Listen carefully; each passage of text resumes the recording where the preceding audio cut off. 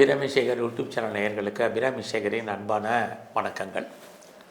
நீங்கள் தனுசு ராசியில் பிறந்திருக்கீங்க அல்லது தனுசு லக்னத்தில் பிறந்திருக்கீங்கன்னா உங்களுடைய வாழ்க்கை அம்சம் எப்படி இருக்கும் இதுதான் பார்க்குறோம்.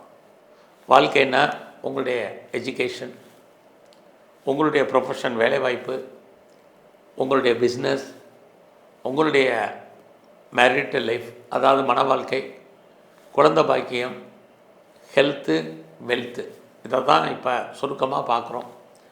பொதுவாகவே தனுசு ராசி அல்லது லக்னத்தில் பிறந்தீங்கன்னா உங்களுடைய அதிபதி குரு. குரு அப்படின்னாலே நவகிரகங்களில் சுபகிரகம் குரு தான், அதில் எந்த மாற்றமும் இல்லை. அவருடைய அம்சத்தில் பிறந்திருக்கீங்க. அதே சமயத்தில் எல்லா பலன்களுமே நமக்கு லைஃப்பில் கரெக்டாக இருக்கும் அப்படிங்கிறது இல்லை. ஏன்னா தனுசு ராசி லக்னத்தில் பிறந்திருந்தால் சில விதிகள் உங்கள் லைஃப்பில் நீங்கள் விரும்பினாலும் விரும்பாவிட்டாலும் நினச்சாலும் நடக்கலைனாலும் நடந்துக்கிட்டே தான் இருக்கும். அப்படி பார்க்குற போது முதல்ல எஜுகேஷன், உங்களுக்கு 4ஆம் அதிபதியாக குரு, 9ஆம் அதிபதியாக சூரியன். படிப்பை பொறுத்த வரைக்கும் உங்களுக்கு பிரச்சனை இல்லை. ஆனாலும் உங்களுடைய 8ஆம் அதிபதியாக சந்திரன் இருக்கார். சந்திரன் ஜோடியாக்கில் அவர் ஒரு படிப்புக்குரிய கிரகம். உங்களை பொறுத்த வரைக்கும் அவர் 8ஆம் அதிபதியாக வர்றதுனால ஹையர் ஸ்டடியில், ஹையர் எஜுகேஷனில் ரொம்ப கான்சன்ட்ரேட் பண்ணுங்கள். ஏன்னா உங்களுடைய 3ஆம் அதிபதியாகவும் சனி இருக்கார். 3ஆம் இடம் உங்களை பொறுத்த வரைக்கும் மனசு, எண்ணம், சிந்தனை, செயலாக்கம். சமயத்தில் எக்ஸாம் காலில் போய் நீங்கள் எக்ஸாம் எழுதுறது, இன்டர்வியூ அட்டன் பண்ணுறது, இதெல்லாமே அதுதான். அதில் நிறைய தடைகள், பிரச்சனைகள், மன தடுமாற்றங்கள். நல்லா படிப்பீங்க, நல்லா இது பண்ணால் கூட சமயத்தில் எக்ஸாம் காலவே மறக்க வேண்டிய சூழ்நிலைகள் இதெல்லாமே இருக்குது. மெமரி, ஸோ மெமரியை அதிகப்படுத்துறது உங்கள் கையில் தான் இருக்குது. ஏன்னா உங்களை பொறுத்த வரைக்கும் 8ஆம் அதிபதியாக சந்திரன் இருக்கார். சந்திரன் தான் மனசு, எண்ணம். திரும்ப திரும்ப சொல்கிறது காரணம் அதுதான். அவர் 8ஆம் அதிபதியாக இருக்கிற 8 அப்படின்னாலே வாழ்க்கையில் தடைன்னு அர்த்தம், பிரச்சனைன்னு அர்த்தம், போராட்டம்னு அர்த்தம். அவர் இருக்கிறதுனால உயர்கல்வியில் தடை, நல்ல ஞாபக சக்தியோட, நல்ல சிந்தனையோட எக்ஸாம் எழுதுறதோ இன்டர்வியூ அட்டன் பண்ணிங்கன்னா உங்களுடைய ஹையர் எஜுகேஷன் ரொம்ப நல்லாயிருக்கும். பெரும்பாலும் சந்திரன் 8ஆம் அதிபதியாக இருக்கிறத ப்ரொஃபஷனல் கோர்ஸ் படிங்க, எஜுகேஷன் பிரச்சனை இல்லாமல் இருக்கும். இருந்தாலும் உயர்கல்வியில் ஒரு தடை ஏற்பட்டு தான் கல்வி தொடரும். அடுத்தபடியாக வருமானங்கள். இந்த வருமானம் அப்படின்னு பார்த்தா நம்ம வாழ்க்கையில் ஒன்று வேலை செஞ்சு சம்பாதிக்கணும் அல்லது பிஸ்னஸ் பண்ணி சம்பாதிக்கணும். ஆக வேலை அப்படின்னு சொல்லும்போது உங்களை பொறுத்த வரைக்கும் 6ஆம் அதிபதியாக சுக்கிரன் இருக்கார், 10ஆம் அதிபதியாக புதன் இருக்கார், அவரே 11ஆம் அதிபதியாக இருக்கார். இது எல்லாமே உங்களை பொறுத்த வரைக்கும் வேலை வாய்ப்புகள் நல்லா இருக்குது. ஒரு மனிதன் உழைப்பின் மூலமாக சம்பாத்தியம் அல்லது பிஸ்னஸ் மூலமாக வருமானம், இதைத்தான் பண்ண முடியும். அப்படி பார்க்குற போது உங்களுடைய கரியர், ப்ரொஃபஷன், ஜாப் எப்படி இருக்குது? நல்லா இருக்குது. உங்களுக்கு ஏதாவது ஒரு வேலை இருந்துக்கிட்டே தான் இருக்கும். ஏன்னா உங்களுக்கு சுக்கிரன் 6ஆம் அதிபதியாக இருக்கார். ஆக வேலை வாய்ப்பு, உங்களுக்கு வேலையை விட்டு நீங்கள் வெளியே வந்தாலும் வெளியேற்றப்பட்டாலும் அடுத்தடுத்து உங்களுக்கு வேலைக்கான ஆப்ஷன் நிறையவே இருக்குது. வேலையில் நீங்கள் எவ்வளோக்கு எஃபர்ட் கொடுக்குறீங்களோ அந்த அளவுக்கு நீங்கள் பெரிய லெவலில் வர்றதுக்கான வாய்ப்பு. எந்த துறையில் இருந்தாலும் சரி, நீங்கள் கவர்மெண்ட்டாக இருக்கட்டும், ப்ரைவேட்டாக இருக்கட்டும், எனி ரெஃப்யூட்டட் கன்சர்னாக இருக்கட்டும், எதில் இருந்தாலும் சரி, கெரியரை பொறுத்த வரைக்கும் நீங்கள் எப்பயுமே ஹை லெவலில் அச்சீவ் பண்ணுங்கள். அதை தாட் பண்ணுங்கள், உங்களுடைய எண்ணங்கள் செயலாக்கப்படும். ஏன்னா உங்களை பொறுத்த வரைக்கும் சுக்கிரன் தான் சர்வீஸ்க்குரியவர், அவர் 11ஆம் அதிபதி. அடுத்து புதன், அவரும் வேலைக்குரியவர், அவரும் 10ஆம் அதிபதி. 10நாலே ரெஃப்யூட்டட்னு அர்த்தம், பெயர் போன அப்படின்னு அர்த்தம், கவர்மெண்ட்டுன்னு அர்த்தம். ஸோ பெயர் போன கம்பெனிகளில் பெயர் போடிய பொசிஷனில் இருக்கிறது. ஆக உங்களுடைய ட்ரை பண்ணுறதே வேலையில் பெரிய பொசிஷனில் ட்ரை பண்ணுங்கள். கண்டிப்பாக உங்களுடைய கோல் அச்சீவ் பண்ணுறதுக்கான வாய்ப்பு உங்களை பொறுத்த வரைக்கும் நல்லாவே இருக்குது. அடுத்தபடியாக உங்களுடைய பிஸ்னஸில் நம்ம வருமானத்தை சம்பாதிக்கிறதுக்கு 2 தான் இருக்குது. ஒன்று ஒரு பொருளை உற்பத்தி பண்ணுறது, இன்னொரு ஒரு பொருளை சேல்ஸ் அண்ட் சர்வீஸ் பண்ணுறது. உங்களை பொறுத்த வரைக்கும் முதல்ல பிஸ்னஸ் எப்படி இருக்கும்? 7ஆம் அதிபதி புதன், அவரே 10ஆம் அதிபதி. பிஸ்னஸ் இருக்கா? கண்டிப்பாக இருக்குது. பிஸ்னஸில் உங்களுக்கு வருமானங்கள், சம்பாத்தியங்கள் இருப்பதற்கான வாய்ப்பு இருக்குது. உங்களை பொறுத்த வரைக்கும் 7ஆம் அதிபதியாக புதன் வர்றார். அதுதான் உங்களை பொறுத்த வரைக்கும் பெரிய ஹைலைட்டான விஷயம். தனுசு ராசியை பொறுத்த வரைக்கும் புதன் அப்படின்னாலே அத்தனை விதமான தொழில்களையும் சொல்லக்கூடியது புதன் தான். அது கமிஷன் தொழிலாக இருக்கட்டும், ஏஜென்சியாக இருக்கட்டும், புரோக்கரேஜாக இருக்கட்டும், கான்ட்ராக்டாக இருக்கட்டும், கன்சல்டன்சியாக இருக்கட்டும், ரியல் எஸ்டேட்டாக இருக்கட்டும், டிரான்ஸ்போர்ட்டாக இருக்கட்டும், எக்ஸ்போர்ட்டாக இருக்கட்டும், இம்போர்ட்டாக இருக்கட்டும், டிஜிட்டல் துறையாக இருக்கட்டும், மீடியாவாக இருக்கட்டும், மார்க்கெட்டிங்காக இருக்கட்டும், அத்தனை விதமான தகவல் தொடர்பு வச்சுருக்கக்கூடிய துறைகள் எதுன்னா அது புதன் தான். அவர் தான் உங்களுக்கு 10ஆம் அதிபதி.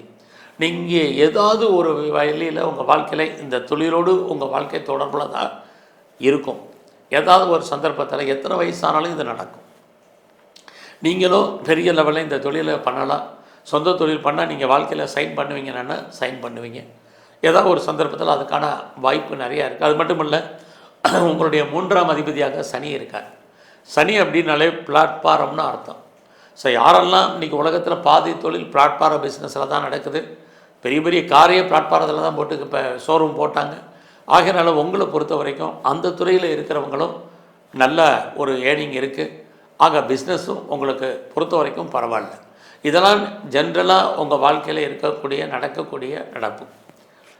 அடுத்தபடியாக உங்களை பொறுத்த வரைக்கும் மேரிட்டல் லைஃப் எப்படி இருக்குது, மன வாழ்க்கை. உங்களுடைய 7ஆம் அதிபதி யாருன்னா புதன், அவரே 10ஆம் அதிபதி. உங்களுக்கு வாழ்க்கையில் திருமணம் இருக்கான்னா இருக்குது, பட் வாழ்க்கையில் திருமணம் அவ்வளோ சாட்டிஸ்ஃபைடாக இல்லை. போத்தார் சைடு இந்த பலனை அத்தனையுமே ஆன் பண்ணி எல்லாருக்கும் பொருந்தும். அப்படி பார்க்குற போது புதன் வந்தாலே எப்பயுமே டுயல்னு அர்த்தம், ரெட்டைன்னு அர்த்தம், ரெண்டுன்னு அர்த்தம், அல்லது ஒன்றுக்கு மேற்பட்டன்னு அர்த்தம். ஸோ வாழ்க்கையில் உங்களுக்கு ஒன்றுக்கு மேற்பட்ட தொடர்பு அல்லது திருமணம் அல்லது இதெல்லாம் இருக்குது. ஏன்னா புதனே உங்களுக்கு 10ஆம் அதிபதி. 10நாளே பிரிவுன்னு அர்த்தம், பிரச்சனைன்னு அர்த்தம், டைவர்ஷன் அர்த்தம், செப்பரேஷன் அர்த்தம், அல்லது அன்சாட்டிஸ்ஃபைடுன்னு அர்த்தம். ஸோ ஒரே வீட்டில் இருந்தால் கூட பிரிவு பிரச்சனை இப்படி ஏதோ ஒரு விதத்தில் உங்களுடைய மேரிட்டல் லைஃப் பெரிய லெவலில் ஹாப்பியாக இல்லை. அடுத்து உங்களுக்கு ஏதாவது அஃபையர் இருக்குது அப்படின்னு பார்க்குறபோது செவ்வாய் தான் இருக்கார். செவ்வாய் உங்களுக்கு 12ஆம் அதிபதி. ஸோ உங்களுக்கு லவ் அஃபையர் இருந்தால் கூட before and after the marriage ஏதோ ஒரு சந்தர்ப்பத்தில் அஃபையர் இருந்தாலும் அது சக்ஸஸ் ஆகிறதுலையுமே நிறைய ஸ்ட்ரகிள், பிரச்சனை இது இருந்துக்கிட்டே இருக்குது. அப்புறமே சுமாராக தான் இருக்குது. ஆனால் மேரிட்டல் லைஃப்பை பொறுத்த வரைக்கும் உங்களுக்கு நார்மலாக தான் இருக்கும்.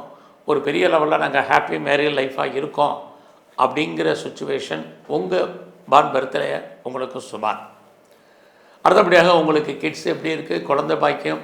செவ்வாய் 5ஆம் அதிபதி, அவரே 12ஆம் அதிபதி. வாழ்க்கையில் குழந்தைகளுக்காக நிறைய செலவு பண்ண வேண்டிய காலங்கள் இருக்குது. ஒரு காலத்தில் குழந்தைகள் நம்மளை விட்டு பிரிஞ்சிருக்க வேண்டிய காலங்கள், அவர்களால் நமக்கு யூஸ் இல்லாத சூழ்நிலைகள், அவர்களால் நமக்கு பிரச்சனைகள், மறைமுகமான தொல்லைகள் அல்லது மறைமுகமாக அவர்களால் இது போத்தார் சைடு ரெண்டுமே இருக்குது. ஆக உங்களை பொறுத்த வரைக்கும் குழந்தைகள் விஷயத்தில் நன்மை தீமை கலந்தே இருக்குது. அவர்களால் உங்களுக்கு செலவுகள் அல்லது பிரச்சனைகள் அல்லது போராட்டங்கள் இருந்துக்கிட்டே இருக்குது. அடுத்தபடியாக உங்களை பொறுத்த வரைக்கும் உங்களுடைய ப்ராப்பர்ட்டிஸ், சொத்துக்கள், உங்களுடைய 4ஆம் அதிபதியாக குரு இருக்கார். அவரே உங்களுக்கு லக்னாதிபதி. வாழ்க்கையில் ஏதாவது ஒரு சந்தர்ப்பத்தில் நீங்கள் லோன் வாங்கி, கடன் வாங்கி, கடன் வாங்குறதுக்கு, வீடு வாங்குறதுக்கு, வண்டி வாகனங்கள் வாங்குவதற்கு, வீட்டு உபயோகப் பொருட்கள் வாங்குவதற்கு நிறைய வாய்ப்புகள் இருக்குது. உங்களை பொறுத்த வரைக்கும் நீங்கள் எப்பயுமே புதுசாக வாங்கி பழகுங்க. அது ரொம்ப காலத்துக்கு உங்களுக்கு நிலச்சி நிற்கும். சனி தான் பழசு. உங்களை பொறுத்த வரைக்கும் குரு, சுக்கிரன் அத்தனையுமே புதுசு. அதுலேயும் குறிப்பாக சுக்கிரன் உங்களுக்கு 6ஆம் அதிபதி. 6நாலே கடன் அர்த்தம், நோயின்னு அர்த்தம். இதெல்லாம் நீங்கள் வாங்குறதுக்கான வாய்ப்பு. ஸோ இதை கேட்ட இடத்துல உங்களுக்கு பணம் கடன் கிடைக்கிறதுக்கோ லைஃப்பில் கிடைச்சி நீங்கள் பண்ணுறதுக்கோ வாய்ப்புகள் நிறையா இருக்குது. அதனால் அதெல்லாம் உங்களுக்கு இயற்கையாக அமையும்.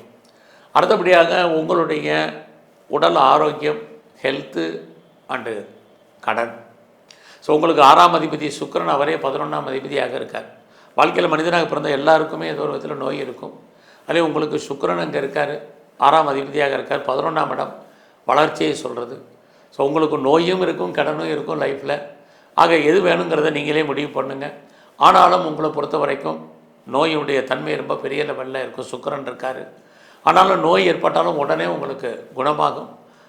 இன்னொரு பக்கம் நோயுடைய தன்மை வந்துக்கிட்டும் போயிட்டும் தான் இருக்கும். அதுலேயும் சுக்கிரன் இருக்கிறது விஷனில் யூரினரி சம்மந்தப்பட்ட பிரச்சனைகள், ENT பிரச்சனைகள், வாழ்க்கையில் முகம், கண் இது மாதிரியான இடங்களில் பிரச்சனைகள், டயபெட்டிக் இருக்கிறதுக்கு இதெல்லாமே நிறைய பாசிபிலிட்டிஸ் உங்களுக்கு இருந்துக்கிட்டே இருக்கும். ஏன்னா உங்களுடைய 4ஆம் அதிபதியாக குரு, உங்களுடைய பொறுத்த வரைக்கும் 8ஆம் அதிபதியாக சந்திரன் இருக்கார். எப்பயுமே சளித்தொல்லைகள்லாம் பார்த்துக்கோங்க. அதுலேயும் சந்திரன் அப்படின்னாலே கார்டியாக் ப்ராப்ளம், ரெஸ்பிரேட்டரி ப்ராப்ளங்கள், அதுலேயும் லேடிஸாக இருந்தால் கவனமாக இருக்க வேண்டிய காலகட்டங்கள் இதெல்லாமே ரொம்ப இருக்குது.